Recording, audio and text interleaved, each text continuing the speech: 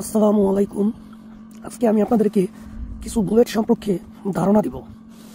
এখানে দেখেন 4টা মডেল, 4টা AK-47, AK-74 এবং AK-12।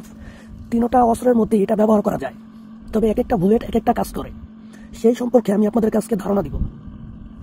যেটা দেখবেন লাল, এটা হচ্ছে স্বাভাবিক রকমের।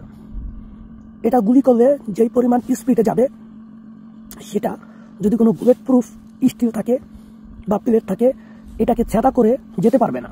এটা সর্বোচ্চ একটার সামনে গিয়া গুলিটা লাগার পর পড়ে যাব এটা। তারপর যেটা দেখতেছেন যে একটা কালার, এই কালারটার কাজ এইটার মতনই, সেম, তবে এইটা গুলিটা গিয়া মানে ভাষ্ট হয়ে যাব, ওইখানে গিয়ে ভাষ্ট হয়ে যাব। এই কালারটা এই কাজ।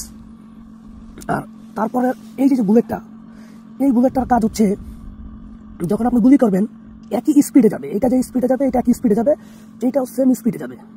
তবে এইগুলো যখন আপনি করবেন তখন আপনাকে ও সাহায্য করবে। যেরকম যখন আপনি গুলি করছেন লেজার লাইটের মতন, সেম লেজার লাইটের মতন গুলিটাতে যাবে, আপনি দেখতে পারবেন। আর এই গুলিগুলো করলে আপনি দেখতে পারবেন না। যখন এটা গুলিটা যাবে আপনি বুঝতে পারবেন যে অস্ত্রটা একটুখানি ডাইন পাশে নিয়ে গেলে হয়তোবা আমি যেখানে নিশানা করে মারছি সেখানে গিয়ে লাগবে।